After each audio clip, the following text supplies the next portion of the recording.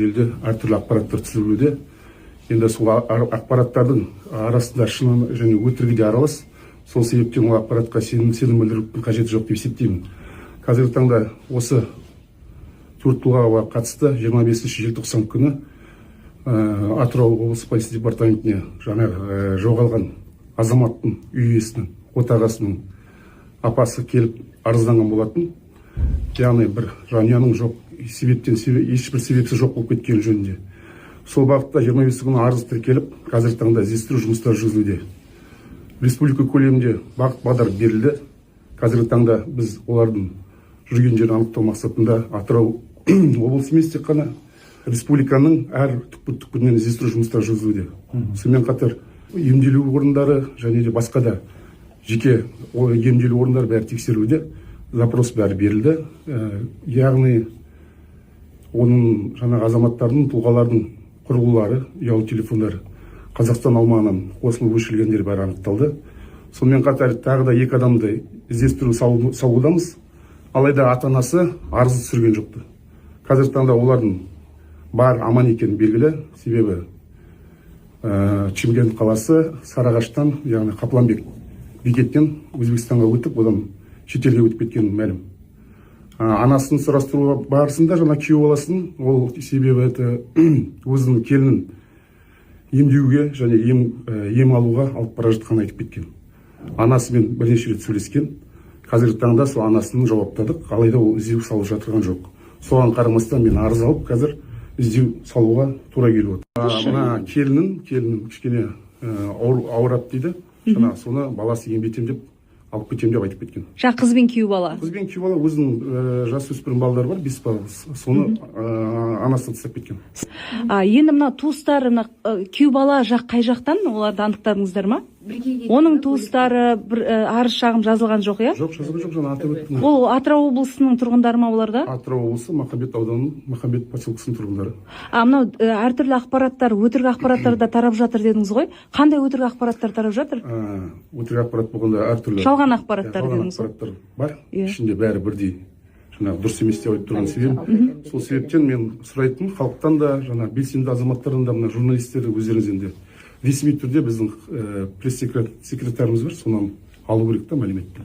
Себебі қазіргі таңда біздер әртүрлі жедел қызмет жұмыстары бар, айта алмайтындай. Сол жұмыстар жүргізіп жатыр. Кейбір мәліметтер, теріс ақпарлар бізге қызметімізге жаңа халыққа басқаша түсіндіреді, біздің қызметімізге кері әсерін тигізіп жатыр. Жоғын бәрін түсіндіргенде жалған ақпарат таралды дегенді айтыңызшы, қандай жалған ақпараттар таралды?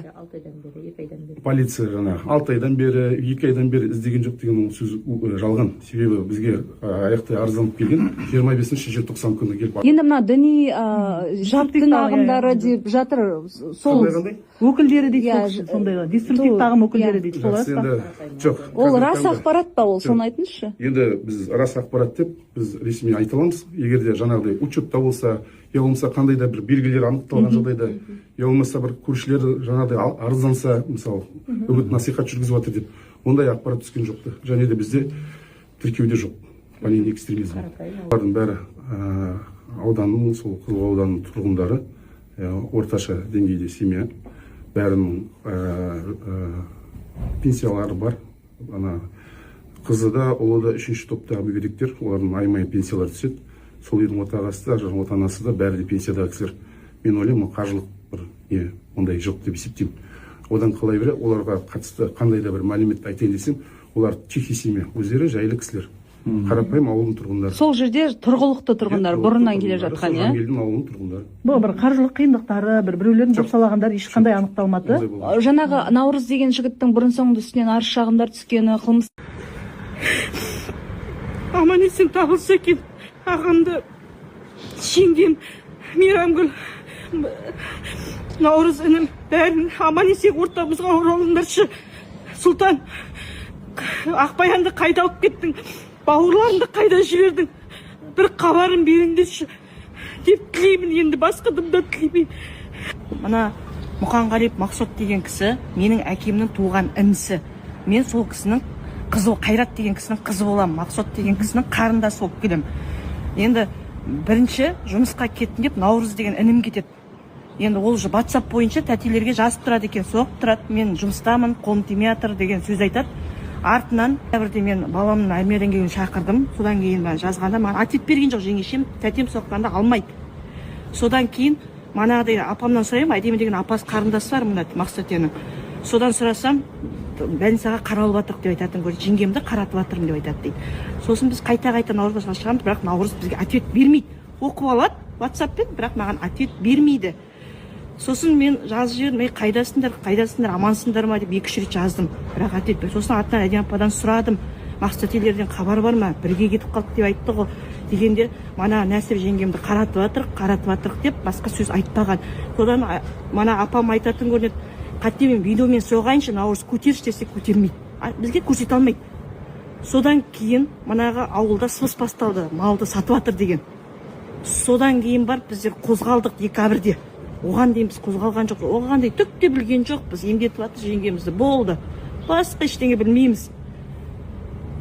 Содан декабрьде мал сатып жатыр деп шығады. Манағы ауылда Паризат апам мен мамам барса, уже басты тиін деп жатқан жерден ұстап қалады.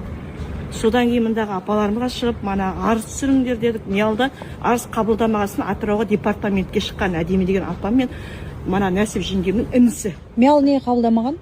Білмеймін, қабылдамаған деді бізге. Содан мана мында келіп департаментке мында келіп арызы апам түсірді. Ана құда бала екеуі. Содан кейін ана тексеріс содан кейін барып нетіп тұр. Декабрьде түскен. Біздер уже қозғала бастады, бүткіл бәрі қозғалды, милиция бәрі қозғалды. Атыраудан 25-інде арыз жаздыңыздар, иә, сіздер тек қана, иә. Енді бұл нешесі кетіп қалған ауылдың адамдарымен, енді сіздер туыстар сөйлескен кезде бұл үйден қай уақыттарда кетіп қалған, қай кезде жоқ екенін байқаған ауылдың адамдары? Ауылдың адамдары ноябрьде байқаған, басында 4-нен бастап бастаған оқиға. Білмейміз, немен кетті, немен қойды, білмейміз. Ол үйде манағы ініңіз болған жоқ та, Наурызда? Болған жоқ. Наурыз қайда кеттім деді, жұмысқа? Атырауға жұмысқа кеттім деді. Ол қай кезде кетіп қалған? Ол жаз айында кетті. Март па әлде? Жаз айында кетті. Жаздан бері үйге келмеген. Апа, мына қызбен күйеу бала құдаларыңызбен байланыс жасадыңыздар ма? Біз осы нетпестен бұрын алдымыздағы 4-ші күн ба, осы аптамыздың 4-ші күні мен, інім, келінім, апам 4-еуміз құдағайдың үйіне бардық. Махамбетке барғанда біз сұрадық, қыз бен күйеу қайда? Содан бізге жауап бергені құдағайдың балам Ақбаянды қаратуға алып кетті деді, ноябрьде шығып кетті үйден деді.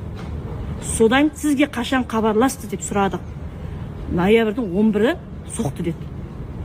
Содан кейін хабар жоқ деді. Низкий заряд батареи. Ақбаян қай жері ауыратын еді? Ақбаян мына 4-ші балада аяқ ауыр кезінде қолқадан операция салды, ауырып салқын тиіп. Содан кейін ауырып жүрді, больницаға жатты. Құдағай бар, менің апам бар, бәрі шауып жүрді. Інім бар, Наурыз деген бәрі шауып, бәріміз де барып жүрдік больницаға. Шауып жүрді, жаңа операция жасалды, қайта наркоз алды. Негізі ауырмаған қыз, ауырмаған қыз, ауырмайтын қыз. 5-ші балада наркозды көп алып қойды, содан ауыр кішкене басына не келген деді, зақым келген деді. Бірақ одан кейін біз туысқанымыз ғой, бізге күйеу бала көрсетпейтін болды қызды. Мүлдем көрсетпейді. Сұраймыз, жақсы деген сөзден басқа ештеңе айтпайтын болды. Осы уақытқа дейін күйеу... Неше жаста күйеу бала қыз? Қыз деген 95-30-ға келді ғой. Күйеу бала содан 1 жас үлкендігі бар шығар. Енді сонда тек қана 5-нен кетіп 11-інде ғана хабарласқан, соңғы рет содан кейін ата-анасына мүлдем хабарласпаған. Балаларға да хабарласпаған. Жоқ, енді балалар айтады, сұраймыз ғой, мама кетіп қалды, папа кетіп қалды, болды хабарласты ма десем, жоқ дейді. Құдалар не болжап отыр енді олар? Біз барғанда құда жоқ, құдағайдың өзі болды. Бізге тек Ақбаянды емдетуге алып кетті, біз білмейміз. Сіздер туыстары неден күдіктенесіздер? Енді күдік манағы күйеу бала болып тұр ғой, бірақ осы уақытқа дейін 2 ай болды ғой, осы уақытқа дейін неге құдағай күйеу баланың үстіне арыз түсірмеген? Жоқ деп. Жоқ. Неге түсірмейді? Біз еще айтып кеттік. Арыз неге түсірмей отырсыздар деп айтып кеттік. Түсіремін ғой деді. Әлі күнге дейін түсірілмеген арыз. Күйеу баламен ара-қатынас қалай еді отбасының? Мына қыздың отбасының, сіздердің? Күйеу бала бізге көп бетпейді, қызбен араласып жүрдік, ауырғанша.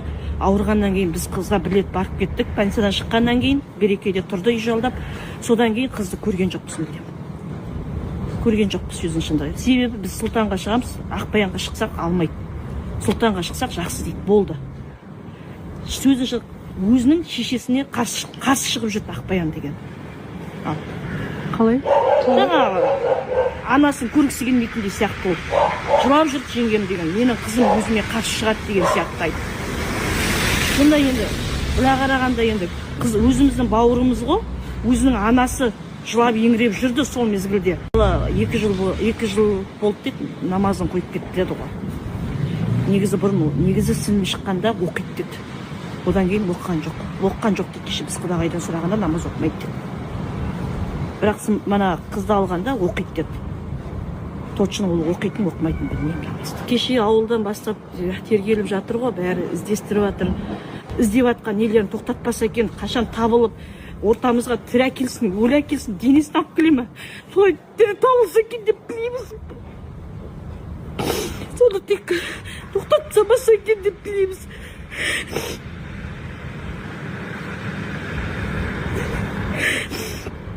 Аман есен табылса екен, ағамды, жеңгем, Мейрамгүл, Наурыз інім, бәрін аман есен ортамызға оралыңдаршы. Сұлтан, Ақбаянды қайда алып кеттің? Бауырларыңды қайда жібердің? Bir хабарын беріңдерші деп тілеймін, енді басқадан да тілемеймін.